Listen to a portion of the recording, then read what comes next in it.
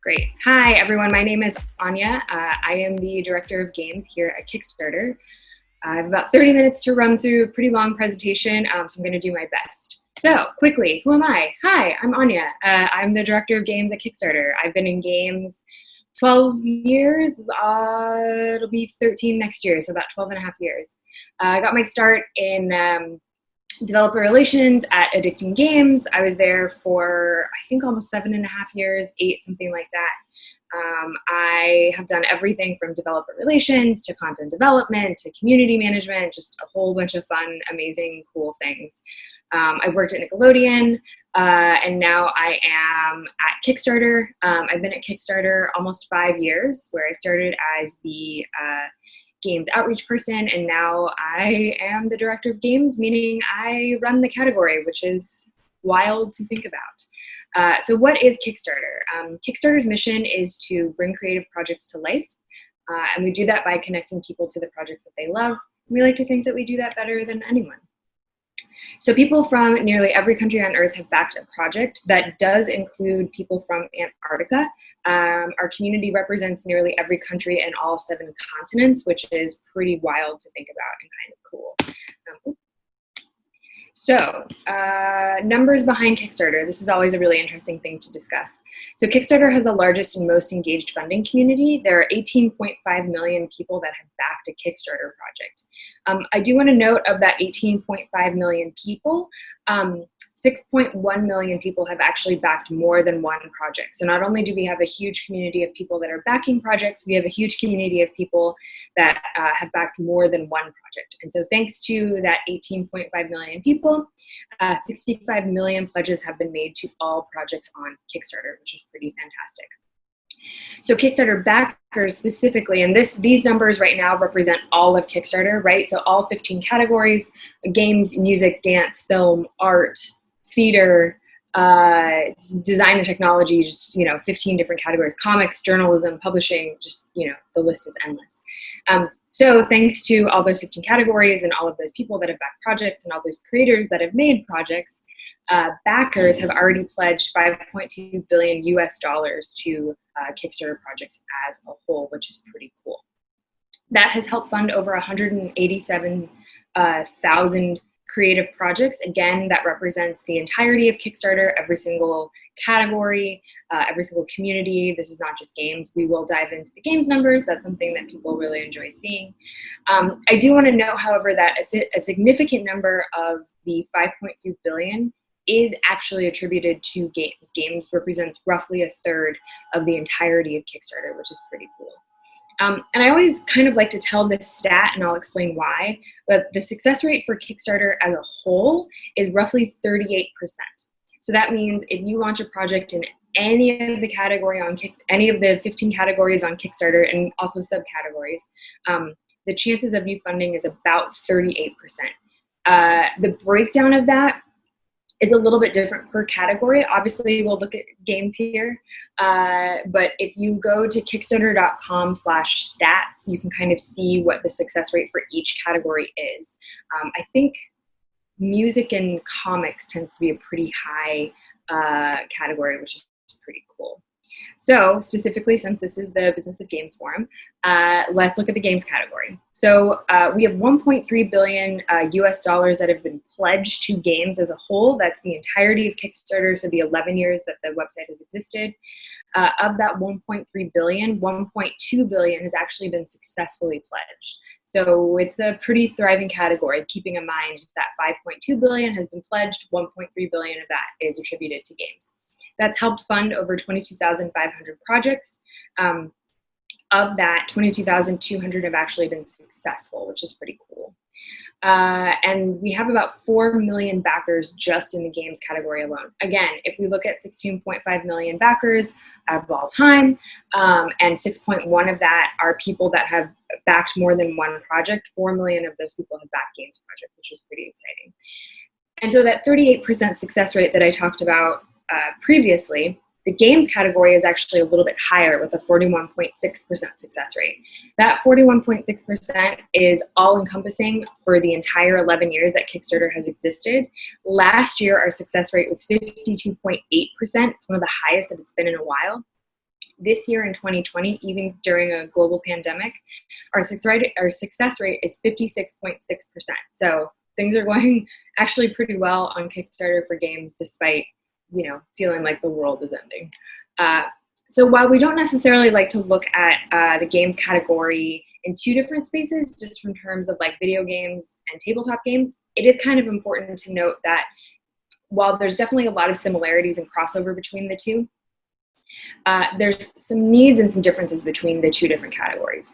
Video games, for example, the development of video games is vastly different than the development of tabletop games. So these numbers sort of represent the challenges that can be faced with video games. That's not to say that video games are not profitable or not possible to fund on Kickstarter by any means. There's so many success stories in video games, some that we'll look at a little bit later in this presentation, including Sea of Stars, Hyper Light Drifter, Super Hot. There's just an endless number of games that have been really successful. If you go to kickstarter.com/play, you can see a mostly updated list of projects that have come out on Steam thanks to the video games community on Kickstarter. So 268 million has been pledged to just video games. Of that, 231 million has been raised. That's helped fund 3,270. It's a little more than that. It's almost 3,300 projects just in video games, which is really cool. And keeping in mind of that 4 million backers that are just for games, about 1.9 million is attributed to video games. The success rate does look a little scary. So the success rate of all time for video games is 22.2%. However, I would note last year in 2019, our success rate was 26.5%, which is the highest that it's been in years. This year in 2020, it's 28.3%, which is pretty cool. Of course, we have to look at tabletop games, though. Tabletop games are very, very big on Kickstarter. $996 million pledged. Of that, $947 million raised. We're most likely going to see about $1 billion pledged to just tabletop games this year, which is really exciting. It could literally happen any day. That has helped fund 15,000 projects, which is huge. It's successful projects, and about 2.2 million backers just in the tabletop category. Success rate, again, is massive here. That success rate, like I said with video games, represents the 11 years that Kickstarter has existed, 60.6%. Last year, that success rate was almost 67%, which is actually up from 2018. This year alone, the success rate for tabletop games is 70%, which is huge. So the chances of you launching a tabletop game on Kickstarter and funding and being successful, it's pretty high, which is really exciting. So we've looked at the numbers. We've sort of seen like there's a lot going on the website, and there's a lot kind of behind the community. So what are the things that we should and shouldn't do when you're looking to run a project? First thing that you want to do is you want to make sure that you have gameplay. Now, you don't need to have like massive amounts of gameplay by any means. 30 seconds will suffice. 30 seconds of gameplay with something that's going to be as close to what the final game will look like. So having a vertical slice is more important than a prototype. That's really, really important to see on Kickstarter. People are very visual. It's important for them to kind of see like, great, now I see what this is. You want to keep your video short. So your video should be, roughly 2 to 3 minutes at the absolute most. And the first 30 seconds of your video has to be gameplay. Community building. I could do a full presentation just on community building, and I actually have. I think it might be on YouTube somewhere. But building a community is really, really important.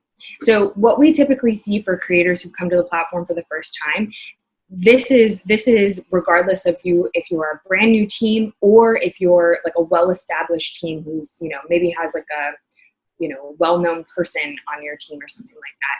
We see roughly a 30-70 split. So about 30% of your pledges will come in through Kickstarter. That means people like finding the project just through like features, promotions, things like that, and just organically finding the project. But that does mean that about 70% of your pledges needs to come in through a community that you need to build. So your community exists in places like Facebook, Twitter, Discord, Reddit, just like anywhere where there is a community. Mailing lists, those are also really big. That's where your community exists. Your main project image. We'll look at a couple main project images just to kind of show kind of like what we're looking for. But the main project image should really sort of encompass like this is what the game is, right? So if it's a picture of your face, if it's maybe just like some concept art, that's not really indicative of what the game is. Show us what your game is at the end of the day. being honest. This is kind of a big one. I don't necessarily mean that in the sense of over-promising and under-delivering, right? Like that happens, and there is a level of honesty that kind of comes with that.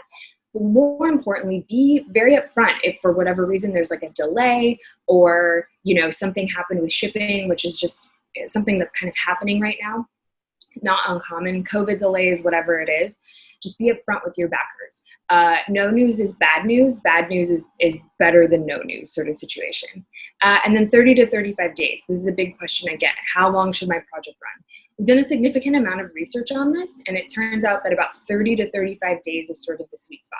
Anything over 35 tends to be a little bit too much. Anything less than 30 tends to be just a little bit, it's just not enough time. I think about it in the sense of, I don't know how like getting paid for your job works in other countries, but at least here in the US, 30 days means you go through 2 pay cycles. So you're essentially allowing people to go through 2 separate pay cycles to potentially pledge to your project. So we looked at what we should do. What are the things that we shouldn't do? So the first thing is not having a video. That's not an option. You need to have a video. It's super important.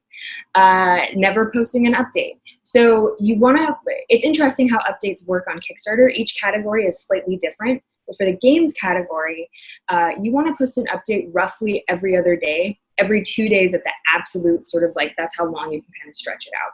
So we sort of recommend having the first couple of updates just ready to go. That way you can kind of go in and sort of like change things around if necessary, depending on sort of like any messages or any sort of like feedback that you're getting or questions from your community. Have the first couple updates sort of ready to go, but make sure that you update every other day. Having a bad launch day. So specifically what I mean by that is we see people, and I understand why people think this is a good idea. We see people launch on Friday, Saturday, and Sunday. Those are actually bad days to launch. Those are days that people are not really on Kickstarter. So launching on like a Tuesday or Wednesday, provided it's not a major holiday, either in the US or where you are based, those are definitely better than launching on the weekends. You also want to avoid launching anything past the middle of October. If you launch at the end of October, that means that you'll be ending at the end of November, and that is a holiday season. Kickstarter is not a store, and so people are more focused on gross consumerism than they are like pledging to cool creative projects. Stretch goals. So you never want to launch a project with visible stretch goals. Your stretch goals should be something that you show once you've met your initial funding goal. I get a lot of questions about this, but stretch goals can end up sort of distracting from what the core of the project is. The core of the project should be the initial funding goal. So once you've met that goal, then you can roll those stretch goals out.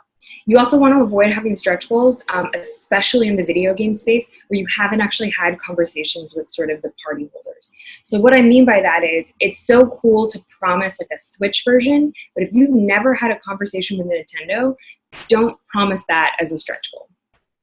Press reliance. Press here also encompasses any sort of like influencers, YouTubers, streamers, things like that. I see this a lot where people say, oh, I don't really have much of a community, but I'll just make sure that the press writes about my project and I'll like get my friends to tweet about it and then it'll be fine.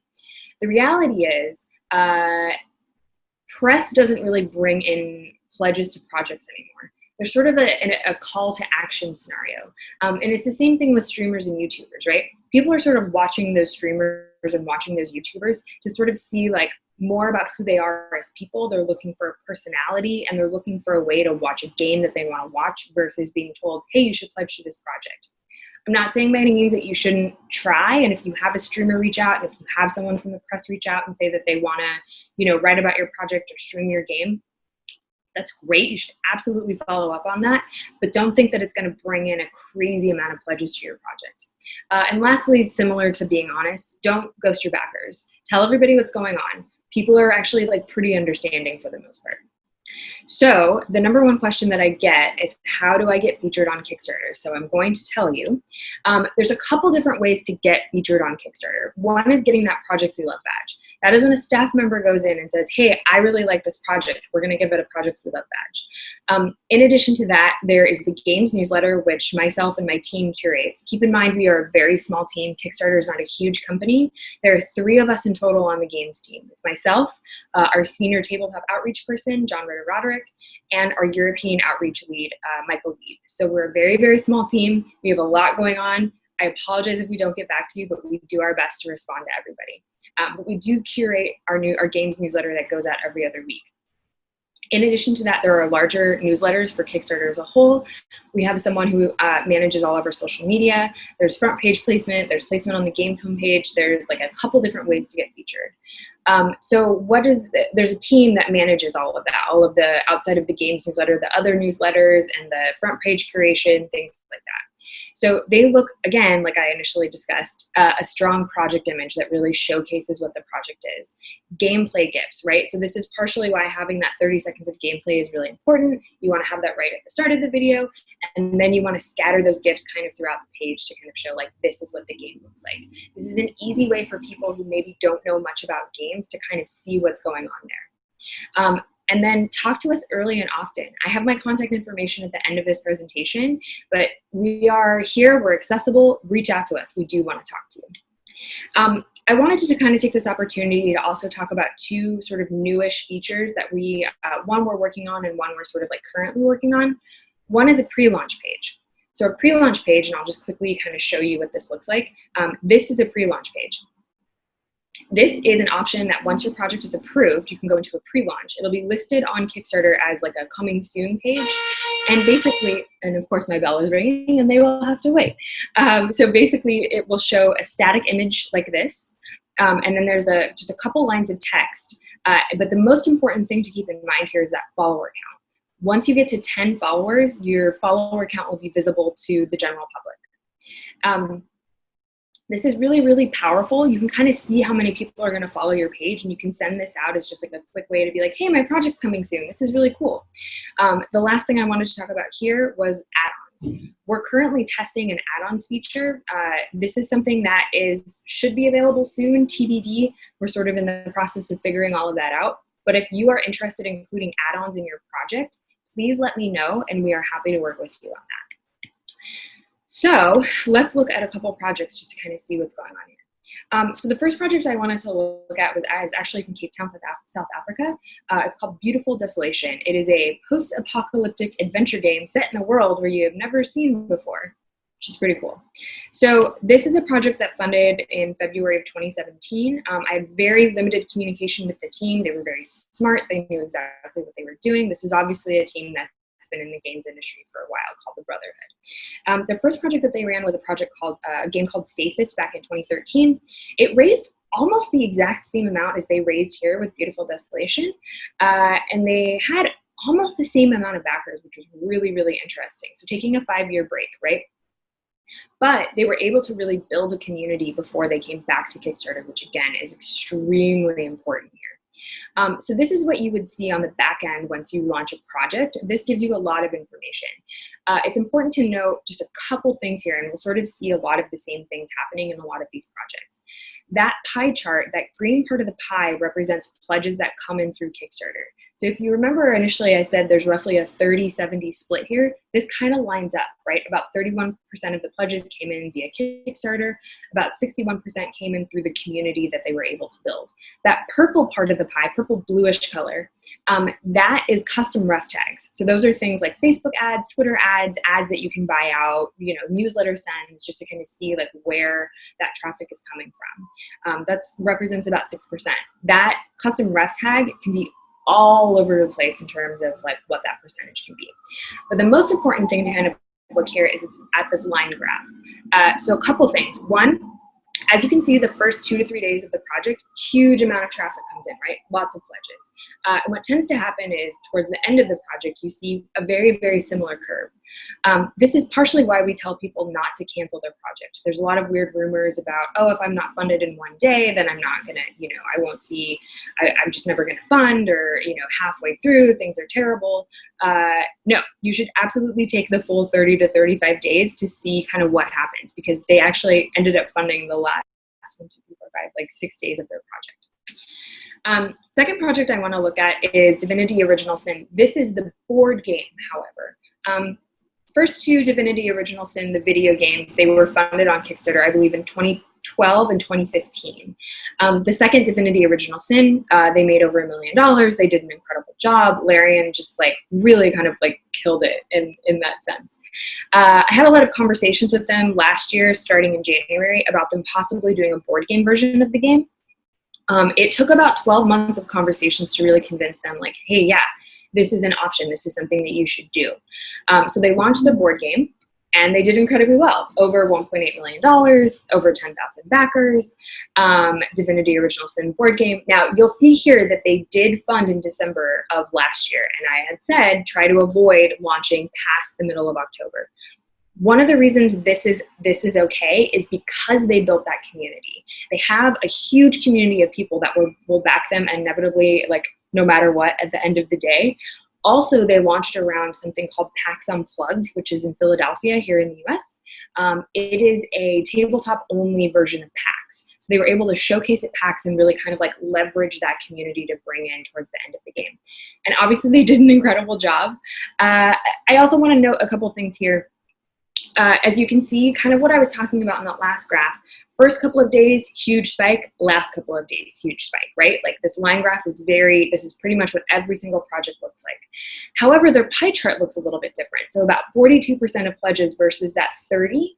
So one of the things that we see on Kickstarter is the more that you run projects, the faster you end up funding, and the more of that green part of the pie starts to kind of tick down a little bit. So it means that the community that you've built on Kickstarter will come back to your project a lot more, which is kind of cool. Third project I want to look at, which I'd mentioned previously, is a game called Sea of Stars. This is a retro-inspired turn-based RPG. It's from Sabotage Studio. They had a very successful game a couple years ago called The Messenger. They wanted to come to Kickstarter to do a prequel to The Messenger called The Sea of Stars. Everything that happens in Sea of Stars takes place in the world of The Messenger, just a little bit different. They funded in April of this year. Like right as quarantine was hitting, we were all just completely freaked out, but they did an incredible job, $1.2 million raised. We've actually had 4 video game projects this year alone raise over $1 million, and Sea of Stars is one of those. 25,000 backers, and I think one of the reasons they were so successful is because of that community that they were able to build. They built a huge community on Discord. However, I do want to note, they do kind of fit within those parameters that we're talking about, where about 30% of their pledges came in through Kickstarter, even with promotions and things like that, despite them being extremely successful. So the community really represents about 46%, but look at that look at that sort of purpley part of the pie there, right? The amount of ad buys that they did was really incredible. I saw it all over Facebook. I saw it all over Instagram. I saw it all over Twitter. I might also be like, a little bit biased here because probably my algorithms messed up there, but they did an incredible job and they funded extremely quickly. But as we sort of talked about with all these other pie charts, first two days, huge, last 2 days, massive, right? Fourth project I want to talk about is a game called Monster Prom. This is actually the sequel to the first Monster Prom. It's the long-awaited sequel to the popular multiplayer dating sim Monster Prom. So they funded last year in June. They raised a lot of money, $632,000, almost 9,000 backers. This is actually their 6th project that they were able to bring in. We had them in our room at PAX East, and they did an incredible job. There's actually a bunch of people that showed up in Monster Prom cosplay. They played with everyone. It was great. It was absolutely fantastic, super, super fun. Again, same sort of thing. Now, what's interesting here is that 26% of their pledges came in through Kickstarter, right? I think what is inevitably happening is they built such a huge community outside of Kickstarter. The reliance on their community outside of Kickstarter is really kind of what brought in such a massive amount of their pledges. But again, if you look at this sort of line graph, same exact sort of thing. Huge spike at the beginning, huge spike at the end. And the last project I wanted to look at is a game called Calico. It's a calm and cozy cat cafe sim where you pet cats, decorate your cafe, and hang out with witches and magical girls. It's a very fun, whimsical, sort of calm game. You can there's pandas. There's just it's very cute and fun. This is by a creator out of Seattle named Kels. Kels is wonderful. She's a lovely human being. They raised $70,000. I want to highlight this project for 2 reasons. One, I think when we look at Kickstarter, we tend to see just huge numbers, right? huge amounts of money are being spent and being pledged to, and budgets are massive. This is still a significant amount of money, but we don't necessarily always we love to see any project that people are excited about, but I think there's a misconception that we are like so obsessed with these $1 million projects. I actually love the smaller indie projects. This game is being published by an incredible team called Whitethorn Digital, Matt White and his team. And they have actually brought a number of games to Kickstarter, and they never, while they make a decent amount of money, their whole thing is that they basically just make like their small indie studio, and that is actually my favorite type of game that comes to Kickstarter. So $70,000. The second reason I wanted to bring this up is this was their second attempt at coming to Kickstarter. Their first attempt was actually in 2018. Their goal was like $98,000, and they unfortunately just didn't have much of a community. So we had a lot of conversations, and they reassessed, and they spent about a year really doing the work to go out to the community, to showcase at GDC and PAX and a lot of other different conferences, and really just sort of like build that pedigree up. So when Kels was able to relaunch last year, she really like spent a lot of time kind of like making sure to build that community and look at what was really necessary for her to make the game. And again, now they're being published by Whitethorn Digital. They did an incredible job. Super proud of Kels and everything that she's done. Again, looking at sort of this funding graph, same sort of thing. She didn't fund immediately, but she funded pretty quickly. And this is about the same sort of like pie chart that we would see. A little bit more coming in from Kickstarter, a little bit less from the community, but the ad buys that they did were incredible. So they really kind of like showcase like, hey, this is a cool game. Let's really make sure that we market it to the internet. And the internet loves cats, so it kind of makes sense. Oh, sorry, this is actually the absolute last project that I want to show, because we have to talk about tabletop games. This is Frosthaven. Frosthaven is actually the most funded game now on Kickstarter of all time. It made $12.9 million, 83,000 backers, funded in May of this year, again, during a crazy global pandemic. This is actually the fifth project from this team. So they've spent a lot of time really like building that community up. But as you can see, because this is their fifth project and because they are an incredibly successful team in the tabletop space, 49% of their pledges came in through Kickstarter. They met their goal in like, I think like 2 hours or less than 2 hours. It was like almost immediate. They did an incredible job. We're super proud of them. They are just, they're a force to be reckoned with. They're pretty incredible. So this is a really big question that I get after looking at all these successful projects. What if I fail, right? So there's no such thing as a failed project on Kickstarter. I say that in the sense of, if you look at Calico, which didn't fund their first time around, so they technically have 2 projects on Kickstarter. Their first project is not a failure. It's just a project that didn't fund. It's as simple as that. You always have the option to relaunch. Sometimes relaunching is not a bad idea. I've seen relaunches happen where the first time around on Kickstarter, they didn't fund, but they got a publisher. First time on Kickstarter, they didn't fund, but then they realized, oh, we need to do a little bit more work. The community's not ready for the game, sort of thing. So don't look at not funding on Kickstarter as a failure. Look at it as a potential opportunity. Because again, you always have the option to relaunch. So don't forget these last couple of things before we start wrapping this up. Build a community, do it early and often. Spend about 3 to 6 months before you launch your Kickstarter project on just building a community. Show your gameplay, 30 seconds, that's all you need. 30 seconds is more than enough. Keep your video short, 2 to 3 minutes at most. You don't need to fund on day one. Hopefully I was able to highlight that with a lot of the projects that we looked at. And lastly, please make sure you come talk to us. This is my contact information. You can reach me at anya@kickstarter.com. or you can reach the games team, the larger games team at games@kickstarter.com. That is it. Thank you very much.